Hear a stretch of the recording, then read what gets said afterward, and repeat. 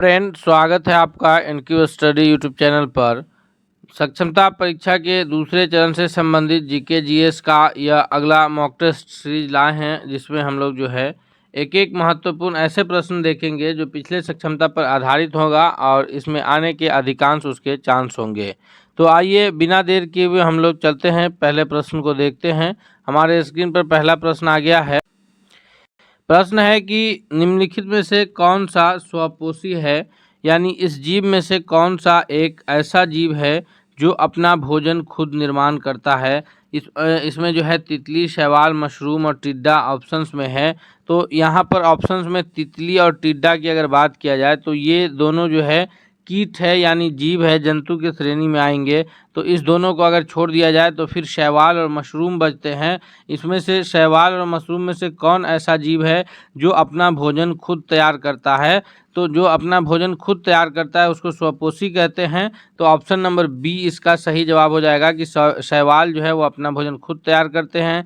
और मशरूम जो है यह परजीवी के अंतर्गत आता है, यानी यह अपना भोजन खुद तैयार न करके किसी अन्य जीव पर जो है ये डिपेंडेंट रहते हैं। तो जीव पर ना हो तो अन्य मृत पदार्थ पर हो या इस प्रकार के ये हो, इसलिए जो है मशरूम परजीवी के अंतर्गत आते हैं और शैवाल जो है वह स्वपोषी पोषण के अंतर्गत आते हैं। ऑप्शन बी सही जवाब होगा।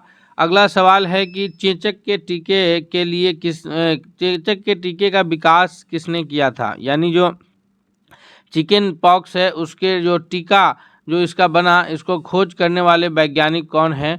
तो इस प्रश्न का जो सबसे सही जवाब होगा दूसरा नंबर सवाल का, वह है एडवर्ड जेनर महोदय। ऑप्शन नंबर सी सबसे इसका करेक्ट आंसर है। अगला प्रश्न है कि खसरा निम्नलिखित संक्रमण के कारण होता है। खसरा और रूबेला दो प्रमुख बीमारी इस प्रकार की है जो किससे उस बीमारी को फैलने का जो ये है वो किससे बीमारी फैलता है। तो यह जो खसरा की बीमारी जो फैलती है यह विषाणु यानी वायरस के मदद से फैलता है। ऑप्शन नंबर ए इसका सबसे सही जवाब के रूप में उत्तर जाना जाएगा। अगला सवाल है कि विषाणु माने जाते हैं, यानी जो वायरस है यह माने जाते हैं। तो वायरस के केस में एक ये आता है, अभी हम लोग जो है सबसे अधिक जो वायरस फेमस हुआ, बच्चा ने जिस वायरस को जाना वह था कोरोना वायरस। तो ये वायरस जो है जिसे हिंदी में विषाणु के नाम से जानते हैं, यह न तो सजीव होता है न निर्जीव होता है, बल्कि यह सजीव और निर्जीव के बीच का एक ट्रांजिशन ग्रुप होता है, यानी ऑप्शन इसका सी सही जवाब हो जाएगा। तो इस ट्रांजिशन ग्रुप क्यों कहते हैं कि इसको जो है अगर विषाणु वायरस के बारे में जाना जाए तो वायरस जो है वो ऐसे तो निर्जीव होता है, लेकिन जैसे ही उसे जीवित कोशिका मिलता है तो वह जो है वायरस अपना विकास करना, अपना प्रजनन करना शुरू कर देता है। यही कारण है कि इसको सजीव और निर्जीव के बीच ट्रांजिशनल ग्रुप माना गया है। और यही कारण है कि जब कोरोना वायरस फैल रहा था तो उस वक्त डॉक्टर्स ने सलाह क्या दी थी कि आप जो है अपने हाथों में ग्लव्स पहन कर रखें। क्योंकि अगर कोई उस वायरस से पीड़ित व्यक्ति किसी ऐसे स्थान को जो बाहर में किसी ऐसे स्थान को छुआ हो, स्पर्श किया हो, फिर आप उस स्थान वहाँ पर अगर वायरस एक दो रह गया हो तो अगर आप उसको स्पर्श करेंगे तो वो वहाँ पर तो ऐसे वो वायरस जो है अन्य स्थान पर है तो वो निर्जीव रूप में है, लेकिन जैसे ही आप जीवित कोशिका से उसे स्पर्श करेंगे वो वायरस जो है आपके अंतर्गत जो है वो अपना प्रजनन और विकास करना शुरू कर देगा। तो इसलिए विषाणु को जो है ट्रांजिशनल माना जाता है, जो सजीव और निर्जीव कोशिका के अंतर्गत जो है एक ट्रांजिशनल ग्रुप के रूप में जाना जाता है। अगला सवाल है कि शैवाल की कोशिका भित्ति किसकी बनी होती है। तो कोशिका के संरचना में जो है कोशिका का जो बाहरी आवरण होता है जिसको कोशिका झिल्ली के नाम से जानते हैं, लेकिन पादप के केस में उस झिल्ली के बाहर भी एक पतला सा आवरण होता है जो कोशिका भित्ति के नाम से जाना जाता है, जो कि सेलुलोज का बना होता है। और यह जो है पदार्थ को यानी पौधे को कठोरता प्रदान करने का कार्य करता है। तो शैवाल का भी जो कोशिका भित्ति है वह सेलुलोज का बना होगा, यानी ऑप्शन नंबर 5वां का सी सबसे सही जवाब के रूप में उत्तर जाना जाएगा। अगला सवाल है कि लिटमस में निकाला जाता है, यानी लिटमस जो है इसकी प्राप्ति किससे की जाती है। तो लिटमस का जो इस प्रयोग है हम लोग किसी भी ये विलयन को अम्लीयता या उसकी भस्मीयता जांचने के लिए करते हैं। लिटमस के मदद से हम लोग अम्ल भस्म का पता लगाते हैं और यह नीला और लाल लिटमस दो रूप में इसे हम लोग पता लगाते हैं। अगर नीला लिटमस लाल हो गया तो हम ये समझते हैं कि वह विलयन जो है वह क्या है, वह विलयन अम्लीय है, और अगर लाल लिटमस नीला हो गया तो हम ये समझते हैं कि वह विलयन वसनीय है। और इसमें जो है अब क्या है कि यह निकाला कहाँ से जाता है, तो लिटमस जो पत्र है, पेपर है, इसकी जो प्राप्ति की जाती है वो लाइकेन से के पौधे से इसकी प्राप्ति होती है। यानी छठा का ऑप्शन नंबर ए इसका सबसे सही जवाब के रूप में उत्तर जाना जाएगा। अगला है कि आभासी फल का उदाहरण है। इसमें से आभासी यानी फॉल्स फ्रूट्स किसे कहेंगे, तो फॉल्स फ्रूट का जो उदाहरण इनमें है वो ऑप्शन ए है कि सेब जो है वो मुख्य रूप से फॉल्स फ्रूट है। दोस्तों हम एक एक महत्वपूर्ण प्रश्न जो है इसमें कवर कर रहे हैं, जो कि आपकी आने वाले परीक्षा की दृष्टि से बहुत अधिक लाभकारी होगा। इसलिए आपसे रिक्वेस्ट है कि यदि आप हमारे चैनल पर नए हैं तो प्लीज़ आप चैनल को जरूर सब्सक्राइब कर लीजिएगा। साथ ही साथ अगर वीडियो पसंद आ रहा है तो इसे लाइक करिए, कमेंट करके बताइए और दोस्तों के बीच शेयर कीजिए, ताकि सभी लोग इससे अपना बेहतर तैयारी कर सकें। क्वेश्चन 8 है कि आलू का जो खाने योग्य भाग है, यानी आलू जो हम लोग अपने भोजन के सब्जियों में इस्तेमाल करते हैं, वो आलू का कौन सा हिस्सा होता है। उस पौधे का जड़ होता है, या उस पौधे का वो फल होता है, या उसका वो तना होता है। तो आलू जो हम लोग अपने सब्जियों में इस्तेमाल करते हैं वह जड़ नहीं होता या फिर फल नहीं होता, बल्कि वह उस पौधे का तना होता है। ऑप्शन नंबर डी 8वां के लिए सबसे सही जवाब हो जाएगा कि आलू जो हम लोग सब्जियों में इस्तेमाल करते हैं वो क्या है, वो उसका तना है। अगला सवाल है कि संसार का सबसे छोटा फूल कौन सा है, तो संसार का जो सबसे छोटा पुष्प या फूल है वह उल्फिया के नाम से जाना जाता है। यानी ऑप्शन नंबर डी इसमें सबसे सही जवाब हो जाएगा। और सबसे जो बड़ा फूल के रूप में जाना जाता है वो रफलेसिया जाना जाता है, ये सबसे बड़ा फूल है। और सबसे छोटा फूल जो है वह उल्फिया है। अगला सवाल है कि अफ्रीका का जो शीतोष्ण घास का मैदान है वह किस नाम से जानते हैं। अफ्रीका का जो शीतोष्ण घास का मैदान है, शीतोष्ण बोलते हैं कि यानी जिसमें सालों भर गर्मी न पड़े, 6 महीना गर्मी और 6 महीना सर्दी पड़ता है, तो शीतोष्ण घास के मैदान को जो है वेल्ड के नाम से जाना जाता है। ऑप्शन डी सही जवाब हो जाएगा। और अगर अफ्रीका का उष्णकटिबंधीय घास का मैदान पूछा जाए तो वह स्वाना के नाम से जाना जाएगा। इसके लिए 10वां का ऑप्शन डी सबसे सही जवाब के रूप में उत्तर होगा। अगला प्रश्न है कि गांधी एंड स्टालिन के पुस्तक के लेखक कौन है। गांधी और स्टालिन पुस्तक के लेखक जो है इसमें से कौन महोदय हैं जिन्होंने अपनी पुस्तक लिखी है, उसका नाम जो है गांधी और स्टालिन दिया है। तो इस 11वां नंबर प्रश्न का जो सबसे सही जवाब है वह है Louis Fischer. Option number A सबसे सही जवाब होगा। अगला सवाल है कि संविधान संशोधन की प्रक्रिया किस देश के संविधान से लिया गया है। यानी जो हमारे संविधान के अंतर्गत जितने भी ये है, खूबसूरती उसकी ये है कि हमारे संविधान को जो निर्माण किया गया, तो संविधान निर्माताओं ने अलग अलग विभिन्न देशों के संविधानों को पढ़कर फिर उससे जो बेहतरीन चीज़ें थी उसे अपने अंदर संकलित किया है, चाहे वह संसदीय व्यवस्था हो या मौलिक अधिकार हो, मूल कर्तव्य हो, या फिर जो है ये इसका डायरेक्टिव प्रिंसिपल हो, यानी कि हमारे जो राज्य के नीति निर्देशक सिद्धांत हैं। तो उसमें से एक हमारे संविधान की सबसे ये है कि संविधान में निर्माण के पश्चात अब जो उसमें अगर कुछ चीज़ बढ़ाना या घटाना है तो संशोधन की प्रक्रिया उपलब्ध है। संशोधन का तरीका है कि या तो आधे से अधिक लोगों का बहुमत प्राप्त हो या फिर 2/3 बहुमत। तो वो भी वर्णित है कि किस के लिए कितना की आवश्यकता होती है। तो यह संविधान के जो निर्माण की प्रक्रिया में संशोधन की जो प्रक्रिया है यह दक्षिण अफ्रीका से लिया गया। यानी ऑप्शन नंबर इसका डी सबसे सही जवाब के रूप में उत्तर जाना जाएगा। अगला सवाल है कि 1 डिग्री देशांतर की सर्वाधिक दूरी कहाँ पर पाई जाती है। तो देशांतर कहते हैं कि उत्तरी ध्रुव से दक्षिणी ध्रुव को मिलाने वाली जो ये काल्पनिक रेखा है यह देशांतर के नाम से जाना जाता है। 0 डिग्री देशांतर जो है यह इंग्लैंड के ग्रीनविच शहर से शुरू होता है। तो यहाँ पर ये जो सर्वाधिक जो दूरी है वह एक देशांतर से दूसरे देशांतर के बीच वह होगी यहाँ 0 डिग्री अक्षांश पर, क्योंकि 0 डिग्री अक्षांश पर ही सबसे अधिक होगी। यानी 0 डिग्री अक्षांश जिसको हम लोग विषुवत वृत्त के नाम से जानते हैं। ऑप्शन नंबर सी सबसे सही जवाब के रूप में उत्तर जाना जाएगा। और 23.5 डिग्री दक्षिणी अक्षांश को हम लोग मकर रेखा के नाम से जानते हैं। और 23.5 डिग्री उत्तरी अक्षांश को हम लोग जो है कर्क रेखा के नाम से जानते हैं। अगला सवाल है कि प्रेमचंद का अंतिम उपन्यास कौन सा है। यानी प्रेमचंद जो उपन्यास लिखते थे, जैसे उनका सबसे फेमस उपन्यास में एक जो है गोदान भी हुआ है। तो इसमें से उनकी रचना में से सबसे जो अंतिम है वह है मंगलसूत्र। ऑप्शन नंबर डी इसका सबसे सही जवाब के रूप में उत्तर जाना जाएगा। अगला है कि भूपर पट्टी यानी अर्थ क्रस्ट में ऑक्सीजन के बाद सर्वाधिक मात्रा में पाए जाने वाला तत्व कौन सा है। तो भूपर पट्टी पर यानी अर्थ क्रस्ट पर जो ऑक्सीजन सबसे अधिक, यहाँ पर ये अस्थायी तत्व अर्थ क्रस्ट की बात हो रही है, और जो हम लोग याद रखते हैं कि वायुमंडल का है वह कि नाइट्रोजन 78% और ऑक्सीजन जो है वह 21%। तो ये यहाँ पर वायुमंडल की बात नहीं हो रही, यहाँ पर अर्थ क्रस्ट की बात हो रही है। तो अर्थ क्रस्ट में जो सबसे अधिक मात्रा में तत्व पाया जाता है वो ऑक्सीजन है, जो कि 46.8% पाया जाता है। और ऑक्सीजन के बाद जो दूसरा तत्व सबसे अधिक मात्रा में पाया जाता है वह सिलिकॉन है, जो 27.7% पाया जाता है। और उसके बाद जो है एल्युमिनियम है, Al उसके लिए संकेत लिखा जाता है, जो 8.1% पाया जाता है। तो इस प्रकार ये ऑक्सीजन सबसे सर्वाधिक हो गया अर्थ क्रस्ट में, और दूसरा नंबर का जो तत्व है वह सिलिकॉन है, यानी ऑप्शन नंबर बी इसका सबसे सही जवाब के रूप में उत्तर जाना जाएगा। किसका? 15वां नंबर प्रश्न का। अगला सवाल है कि किस रंग का प्रकीर्णन सबसे अधिक होता है।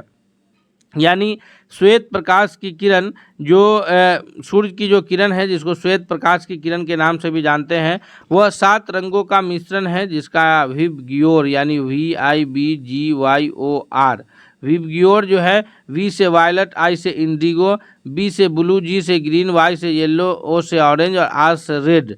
तो इसमें से जो सबसे अधिक प्रकीर्णन होता है वो वायलट यानी बैगनी कलर का होता है। ऑप्शन नंबर सी सबसे सही जवाब हो जाएगा। और सबसे कम प्रकीर्णन जो होता है वो सबसे अंत में आर है, यानी रेड कलर का होता है।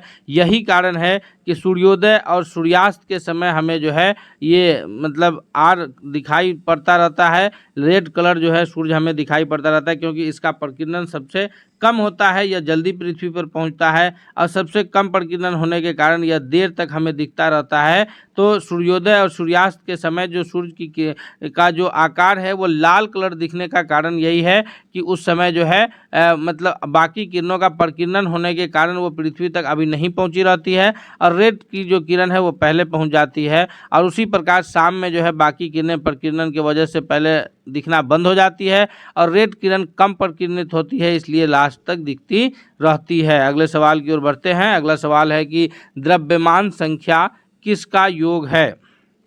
ये द्रव्यमान संख्या जो है, या द्रव्यमान संख्या कहिए या फिर परमाणु द्रव्यमान कहिए।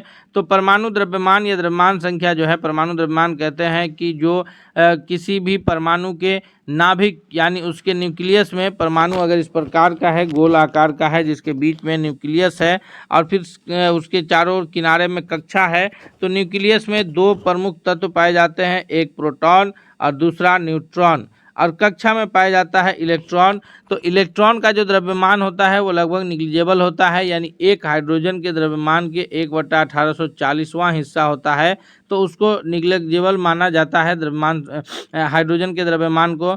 बाकी जो बचता है कि एक परमाणु के नाभिक में प्रोटॉन और न्यूट्रॉन की जितनी संख्या होगी वो दोनों का योग जो है वो क्या कहलाएगा, वो दोनों का योग द्रव्यमान संख्या के नाम से जानी जाएगी। ऑप्शन नंबर डी इसका सबसे सही जवाब के रूप में उत्तर हो जाएगा कि ये प्रोटॉन और न्यूट्रॉन का योग होता है। और यही कारण है कि किसी परमाणु में अगर प्रोटॉन की संख्या 17 है और उसकी जो न्यूट्रॉन की संख्या है वो भी 17 है, तो उसका द्रव्यमान 34 हो जाएगा। लेकिन उसी तत्व का परमाणु कोई दूसरा परमाणु है जिसका जो परमाणु संख्या तो 17 ही है, लेकिन उसका न्यूट्रॉन की संख्या अगर उसमें 18 हो जाती है तो द्रव्यमान संख्या 35 हो जाएगा।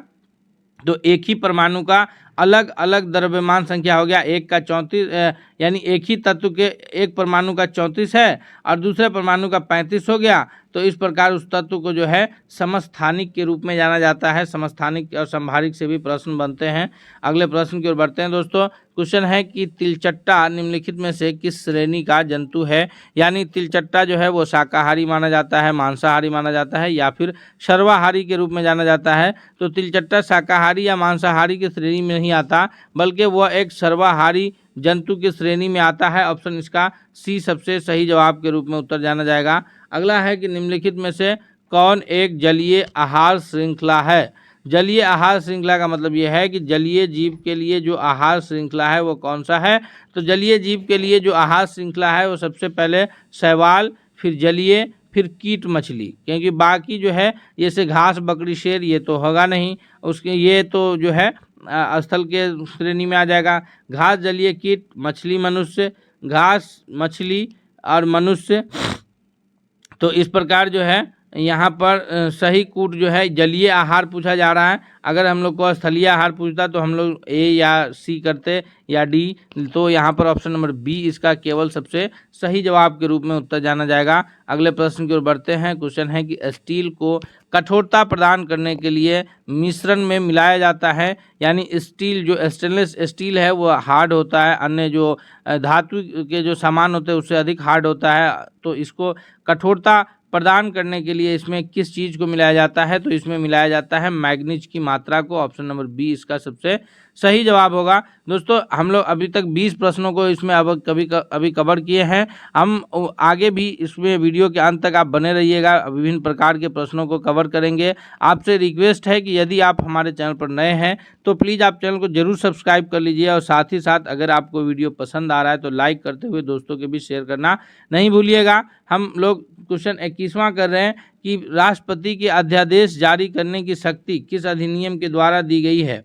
तो राष्ट्रपति को अध्यादेश जारी करने की जो शक्ति है यह भारत सरकार अधिनियम 1935 के द्वारा दिया गया था। ऑप्शन बी इसका सबसे सही जवाब हो जाएगा। अगला है कि भारत में किस तरह के लोकतंत्र की व्यवस्था की गई है? तो यहाँ पर कंफ्यूज नहीं होइएगा, यह बहुत ही कंफ्यूजिंग प्रश्न है कि भारत में जो लोकतंत्र की व्यवस्था है वो प्रत्यक्ष है या अप्रत्यक्ष है। तो अगर ध्यान से देखा जाए तो भारत का लोकतंत्र जो है हम कहते हैं कि अप्रत्यक्ष लोकतंत्र है, और हम ही नहीं कहते, मतलब यही अप्रत्यक्ष लोकतंत्र ही है। क्यों अप्रत्यक्ष लोकतंत्र है? क्योंकि यहाँ जनता के चुने हुए प्रतिनिधि तो शासन करते ही हैं, लेकिन जनता जिस प्रतिनिधि को चुनती है वो सीधा शासन नहीं करते। अब जैसे जनता चुनती है किनको? जनता चुनती है विधायकों को, और विधायक चुने हुए, जैसे अगर बिहार राज्य की बात करें तो 243 विधायक चुने जाते हैं पूरे राज्य से। तो चुने हुए विधायक में से आधे से अधिक विधायक जो हैं जिनको चुन देते हैं, यानी अगर आधे से अधिक विधायक किसी एक व्यक्ति को चुन दिए, चाहे वो किसी भी विधानसभा का सदस्य हो या नहीं हो, वह व्यक्ति उस राज्य का मुख्यमंत्री हो जाएगा। जनता चुनती है डायरेक्ट अपना वोट करके 18 वर्ष से अधिक उम्र की जनता देश के संसद को। पूरे देश से कितने संसद चुने जाते हैं? 543। इसमें से आधे से अधिक, चाहे वो किसी भी दल से संबंध रखते हो, आधे से अधिक यानी 272 संसद किसी एक ऐसे व्यक्ति को चुन देते हैं जिनका संबंध न किसी लोकसभा के सदस्य है न राज्यसभा के सदस्य है, फिर भी वह देश के प्रधानमंत्री की शपथ ले सकते हैं। लेकिन हाँ, उसके लिए टर्म एंड कंडीशन है कि वह अगले 6 महीने के अंदर दोनों सदन में से किसी एक सदन की सदस्यता ग्रहण कर लेंगे। तो यहाँ पर अभी हम लोग चुने संसद को, संसद ने चुन दिए किनको? अपने प्रधानमंत्री को। हम लोग चुने विधायक को, विधायक ने चुन दिया किनको? जो है मुख्यमंत्री को। अब पूरा जो उत्तरदायित्व तो बनता है वो प्रधानमंत्री या मुख्यमंत्री का बनता है। उसी प्रकार राष्ट्रपति का जो चुनाव होता है तो वो भी चुने हुए प्रतिनिधि चुनते हैं। तो हम ये कह सकते हैं कि भारत का जो शासन करने का जो तरीका है, यहाँ की लोकतांत्रिक व्यवस्था है, वो अप्रत्यक्ष लोकतंत्र है। अप्रत्यक्ष लोकतंत्र में कहते हैं कि जनता का चुना हुआ प्रतिनिधि यहाँ शासन करता है। प्रत्यक्ष लोकतंत्र में जनता डायरेक्ट जिसको चुनी वही उस पर शासन करना शुरू किया, तो जो वहाँ पर जो है प्रत्यक्ष लोकतंत्र हो जाएगा। अगला सवाल है कि काली मिट्टी का दूसरा नाम क्या है? तो काली मिट्टी का जो दूसरा नाम है इसको रेगुर मिट्टी के नाम से भी जानते हैं या रेगुर मृदा कहते हैं। यह मिट्टी जो है काली कपासी मिट्टी के नाम से भी जाना जाता है। क्यों? क्योंकि इस मिट्टी में, रेगुर या काली मिट्टी में सबसे अधिक कपास की खेती होती है। ऑप्शन बी इसका सबसे सही जवाब इसीलिए है। अगला सवाल है कि राष्ट्रीय स्वयंसेवक संघ यानी आरएसएस की स्थापना कब हुई है? तो आरएसएस यानी राष्ट्रीय स्वयंसेवक संघ की स्थापना ऑप्शन नंबर बी के 1925 ईस्वी में हुई है। 24वां नंबर प्रश्न का सबसे सही जवाब ऑप्शन नंबर बी है। क्वेश्चन 25 है कि महावीर स्वामी ने अपना पहला उपदेश कहाँ दिया था? यानी स्वामी महावीर को जब ऋजुपालिका नदी के तट पर ज्ञान की प्राप्ति हुई तो उसके बाद उन्होंने अपना पहला उपदेश कहाँ दिया था? तो ऑप्शन डी सबसे सही जवाब हो जाएगा कि स्वामी महावीर को जब ऋजुपालिका नदी के तट पर कैवल्य यानी ज्ञान की प्राप्ति हुई तो तो उन्होंने अपना जो पहला उपदेश दिया था वो राजगिरी में दिया था। और गौतम बुद्ध को जब निरंजना नदी के तट पर ज्ञान की प्राप्ति हुई तो उन्होंने अपना पहला उपदेश जो है वो सारनाथ में दिया था। याद रखेंगे, कंफ्यूज नहीं होंगे हम लोग। अगला सवाल है कि राष्ट्रपति का निर्वाचन किस देश के संविधान से लिया गया है। यानी हमारे अपने देश में जो राष्ट्रपति के निर्वाचन की प्रक्रिया है कि एकल संक्रमणीय मत पद्धति के द्वारा चुने हुए प्रतिनिधि उन्हें मतदान करके चुनते हैं, यानी कि राज्य विधानमंडल के विधायक हों या फिर देश के संसद के सांसद हों, ये लोग मिल करके राष्ट्रपति का चुनाव करते हैं। तो यह चुनाव जो है किस देश के संविधान से लिया गया है, तो इस चुनाव की प्रक्रिया जो है यह आयरलैंड के संविधान से लिया गया। ऑप्शन नंबर सी इसका सबसे सही जवाब के रूप में उत्तर हो जाएगा। अगला है कि कार्ल मार्क्स का जन्म कहाँ हुआ था। कार्ल मार्क्स का जन्म जो है यह जर्मनी में हुआ है। ऑप्शन नंबर बी इसका सबसे सही जवाब के रूप में उत्तर जाना जाएगा। कार्ल मार्क्स जो है वो समाजवादी के बहुत प्रमुख नेता रहे हैं और कार्ल मार्क्स का जो समाजवाद है उसी को साम्यवाद के नाम से भी जाना जाता है।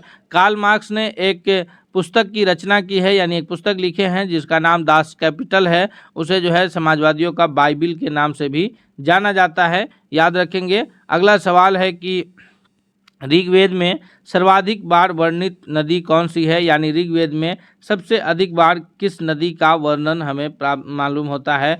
तो ऋग्वेद में जो सबसे अधिक बार जिस नदी का वर्णन हमें मिलता है वह है सिंधु नदी, जिसका वर्णन 3 बार है, और गंगा नदी का वर्णन केवल 1 बार ऋग्वेद में हमें मिलता है। अगला सवाल है कि क्वेश्चन नंबर 29 है कि निम्नलिखित में से सुमेलित नहीं है, यानी एक तरफ खेल है दूसरे तरफ उसके खिलाड़ियों की संख्या है। तो बेसबॉल में 9 खिलाड़ी होते हैं, सही है। वाटर पोलो में 7 होते हैं, ये भी सही है।